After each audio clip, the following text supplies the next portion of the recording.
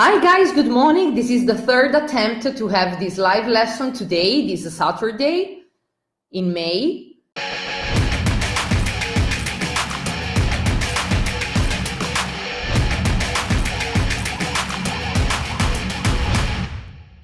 And I hope that it is the luckiest one because I think that I had some problems with my connection. I do not know why, because usually it works perfectly, but maybe today something is going on wrong. So I think and I hope that now I can start because I changed the connection, but as usual, I need your feedback for the audio so that I'm sure that I can start this lesson that today will be about how to manage complaints in English. So can you please give me a feedback for the audio? So I'm also typing. Can you hear me? Okay, great. Thank you, Giovanni. Fantastic. Thank you so much. I changed the connection and now I think that the problem has been solved. Fantastic. Great. So guys, I was saying that today's topic will be how to manage complaints in English. And I decided to pick up this topic because I think that it is something that you should, and maybe you have the occasion to do, both in your private life, when you buy something or when you benefit from a service, or when you are at work, so in your professional life, and so you have to deal with the complaints by your customers, your clients. As the topic could be quite professional, let's say, I decided to provide you with the support of my slides so that it will be better for you, it will be easier for you to follow this live lesson. As usual, I invite you, I encourage you to take notes, so get ready with a piece of paper and a pen, because we will go through some very useful materials that could be useful during your professional life, especially. So before starting, I asked already before, but let me ask it again. How are you guys? Is everything okay? What are you doing right now? Are you having lunch? I hope that I'm not interrupting your Saturday lunch, but on the contrary, that you are ready to follow my live lesson. So let's start. I would like to start. First of all, I would like to welcome like every week, all the new members of this fantastic group, and I would like to invite the new members to write a couple of lines to introduce themselves so that we have the chance to know each other better. Okay, so let's start with the topic that, as you know, is how to manage, how to deal with complaints. The word complaint comes from the verb to complain. That is the same but without the final T. So the verb to complain means lamentarsi. So the word complaint is the Italian word lamentela. So complaint, lamentela, complain, verb lamentarsi. So I want to start with a complaint, and now I'm going to read to you this complaint. Hello, Melissa. I appreciate the update on the shipment. However, I would like to note that by the time it arrives, it will have been more than 60 days. It is unacceptable according to your shipment conditions. I'd like to know how you plan to fix it. This is a real complaint to a real company. In fact, it is my own complaint. I wrote this recently in an email to a company. However, after making my complaint, I haven't had any response from the company. And you can understand me, it is very disappointing, deludente. That is not a good customer service, of course, because ignoring the problem may only make it worse. I understand, though, responding to a complaint is awful. It's uncomfortable and very stressful. No one likes to chat with an angry customer. Or is there in the group somebody who likes chatting with an angry customer? Personally, I do not like it. But whether it's in an email, a telephone call, or a face-to-face, it is important to respond correctly so that you don't lose a client. And for this reason, I decided to focus the topic of today's lesson on how to manage complaints, because it is very important when you are in front of an angry customer to be able to manage the situation, and in order to avoid that you lose that customer. So if you need to do this in English, I want you to know how to respond to complaints the right way. Because sometimes if we do not have a good command of the English language and we have to reply to a complaint in English language, let's say that some misunderstandings can arise because you are not able to write what you have in your mind, and then the customer may interpret your reply in the bad way. So this is very important to be able to respond to complaints the right way. I just want to go back to the previous slide just to give you some vocabulary as we are having this slide shared. So I told you before that disappointing means deludente. Response is a synonym of reply or answer, risposta. Awful means brutto, terribile. Uncomfortable, scomodo. Stressful, stressante. Respond is the verb coming from the word response. So respond, rispondere, response, risposta. Okay, so I want to encourage again to take a piece of paper and a pen, or your iPad, your tablet, open a Word file and write down these words. This could be a good occasion to enlarge your vocabulary and fix in mind new words related to a specific topic that in this case is managing complaints. So in the United States of America, as well as in Italy, the expression "the customer is always right" is very famous. But what do you think? Do you think that the statement "the customer is always right" is true or not? What about your experience, your personal life?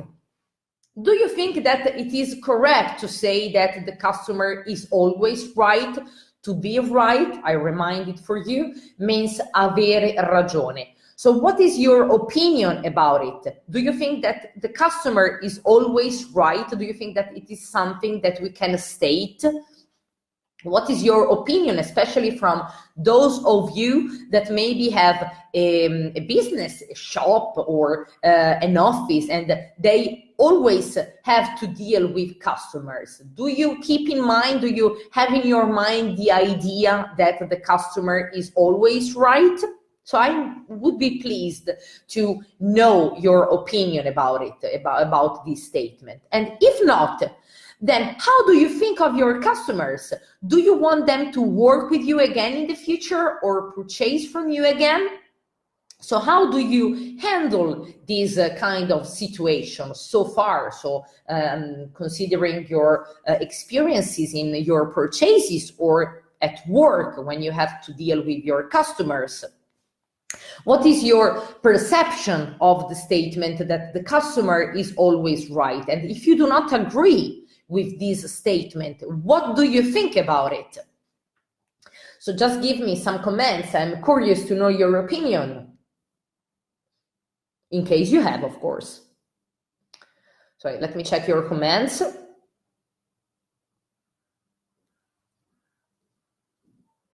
Let me see your comments. No one wrote anything so far? Not now. Okay, so I will have a look at your replies later. So then it is necessary to know how to make a happy customer happy again. In this lesson, I will share with you 4 easy steps for responding to complaints correctly using the English language. So we will go through 4 different steps that you have to keep in mind every time that you have to manage a complaint in English language. The first step is to listen to your customer's complaint. The second step is to apologize, and we already saw the meaning of the word apologize, means to say that you are sorry. The step number 3 is to take action, whereas the step number 4, that is the final one, is to follow up. So we will go through these 4 steps, and these 4 steps will help us to manage perfectly the complaints arisen by our customers. In the meantime, I want to say hello to Francesca, that is writing that this is the first live lesson that she is attending. So Francesca, I really hope that you are enjoying it. Welcome Nadia, and welcome Leah. Okay.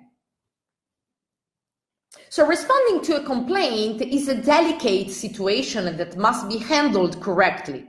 If not, then you risk losing a long-term client or a new customer, or even a friend, in case that the complaint has been arisen by a friend. So it can happen that you have a quarrel with a friend, and your friend is complaining about something that you did, or something that you told to other person, or something that you said to him or her. And so it's very useful to know how to manage complaints also coming from friends.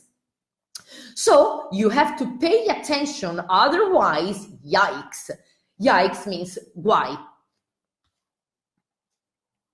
So let's go through the step number 1. The step number 1 was to listen to our customer's complaint. So yes, your customer is angry, upset, frustrated, mad, disappointed, and many others. It is not fun, but it is necessary to listen. In English, we have several ways to show we are listening. You can use some small words and sounds to acknowledge their problem and show we understand, such as, I understand, or yes, I see, or I see your points. So these are, let's say, small words and sounds that we can do when listening to our customer's complaint, just to make him or her understand that we are really paying attention to what he or she is saying. So we already saw the expression I see, that means I see your point, I understand, I understand your point of view, I understand your idea, I understand your perspective. I understand is something very easy to know, and then the other ones are just sounds, but are sounds that can convey the fact that you are paying attention, really. So let's have a look at the words that I put for you in bold. Angry means arrabbiato, upset, again scocciato, arrabbiato, it is a synonym. Frustrated, frustrato, mad, pazzo, disappointed, deluso. And then I put in bold small words and sounds to acknowledge their problem. To acknowledge in English means riconoscere. In fact, from the verb to acknowledge, we have the word acknowledgement, that is riconoscimento. So remember these 2 words, to acknowledge, riconoscere, acknowledgement, that is riconoscimento. So in the meantime, I want to have a look at the comment of Nadia that wrote, I think to apologize with the customer for the problem. Okay, so Nadia, you are perfectly in line with the step number 2, that was to apologize. Very good. Helen is writing, how Monica, you have to go now? Can I see this lesson later? Yes, of course. The lesson will be available in the replay mode when the live is finished. So don't worry, Helen, you can connect it back once you are free. So other expression that we can use in order to, let's say, make the customer understand that we are paying attention to what he or she is saying, and so to get the details of the problem and clarify could be, could you tell me a little more about why or how or what happened? Could you clarify what you mean when you say, can you tell me exactly what happened? Or I'd like to summarize the situation to make sure I understand everything correctly. So this final statement is very important, because by this way, you are 100% sure that you understood what specifically took place. And so in case that you have to report the situation to your manager, to your boss, or to another superior, you are sure that you are going to report something true. And so once your boss or your manager gets to know the situation, there will not be misunderstandings between you and the customer. So I do invite you, in case that you have to deal with complaints at work, if you have to report a complaint to a superior, be sure to summarize it before to the customer, so that you are confident with the fact that everything has been understood correctly. So this is something I invite you to do. So once you have shown to the customer that you have listened carefully to what she or he told to you, you start with the step number 2, that is apologize. So this is maybe the most important and also the most difficult step. Your customer wants an apology more than anything, a sincere apology. So you have to be sincere while conveying your apology. Here are several common expressions that we can use in English to apologize. For example, you can say, I am really sorry to hear that. I understand how difficult, how frustrating, how disappointed that would be. Or, I sincerely apologize. We, or I, or the company would like to repair the damage or to solve the situation. I apologize for the inconvenience, or I apologize for the problem. I am terribly sorry. We will work to solve the problem immediately. Or another one could be, I understand why you are so upset, so angry, so frustrated. We are going to solve this as quickly as possible. I'm really sorry. We are going to take care of it right away. So let's have a look at the words involved. Difficult, frustrating, disappointing, again means difficile, frustrante, disappointing, deludente. Repair the damage, correre ai ripari, porre un rimedio, quindi rimediare al danno o risolvere la situazione. Sorry. The inconvenience è l'inconveniente, il problema. Upset, angry, frustrated. Upset, abbiamo detto scocciato, angry, arrabbiato, frustrated, frustrato. Take care of, prendersi cura di.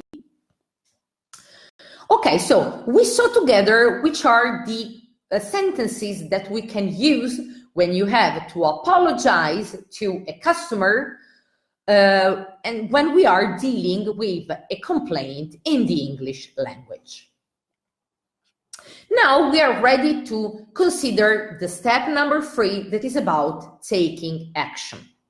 In the meantime, I say good morning to Silvestro. Good morning, Silvestro, and welcome. Don't worry for your delay. You will have the chance to go back in the record once the video will be available in the replay mode inside this group. So don't worry, you didn't miss anything. Okay, so let's consider, the step number 3, take action. So now it is time to take action, to do something about the problem. Depending on the situation, you will need different expressions to help you take action. Use these following expressions to help you create the best action plan for your situation. So these are the best sentences that you can use in order to take action, because we said that the first step is to listen carefully to the customer, using sounds and words and expressions to convey that we are really paying attention to our customer. The second step is to apologize, so to say that you are really sorry, so to express sincere apology. And then the step number 3 is to take action. So how can we take action?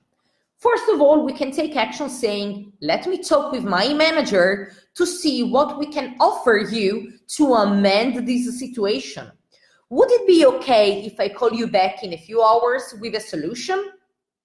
Or we will send a repair person immediately or as soon as possible.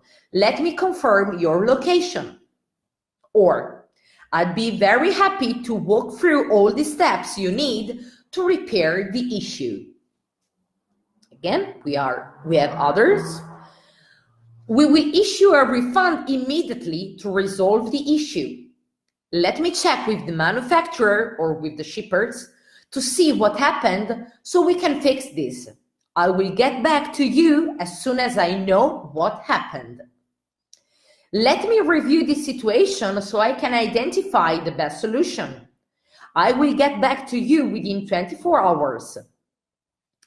Let me discuss with my manager or with my supervisor, with my sales team, and get back to you later today with a solution.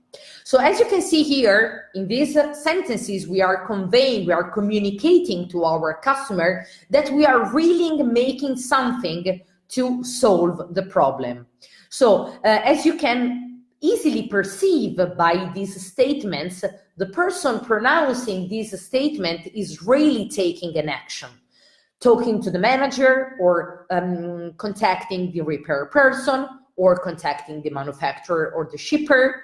So in this case, we are really taking an action and we are keeping the customer informed by the actions that we are going to take.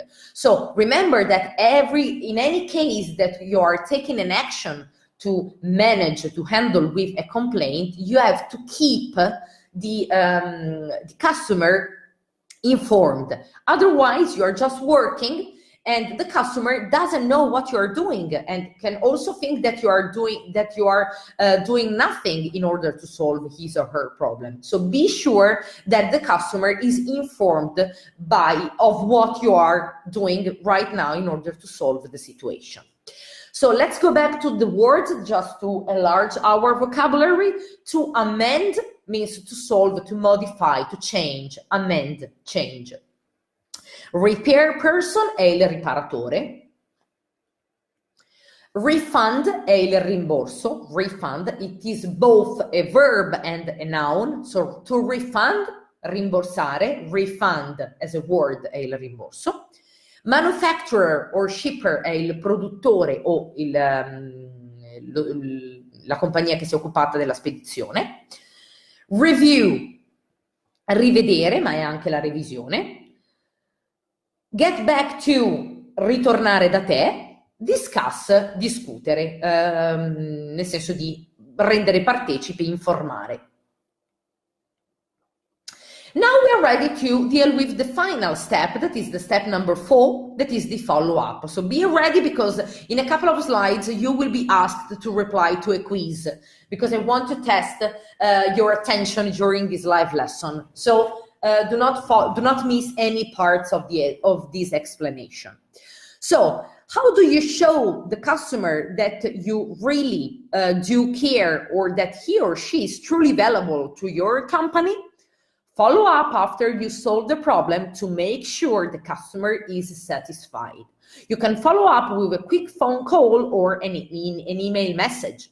You can use these questions and statements below to check on your customer and make sure everything is okay. Se ti è piaciuto l'estratto di questa lezione, iscriviti al canale, attiva le notifiche, ma soprattutto, per saperne di più, clicca sul link in descrizione. Ci vediamo dall'altra parte!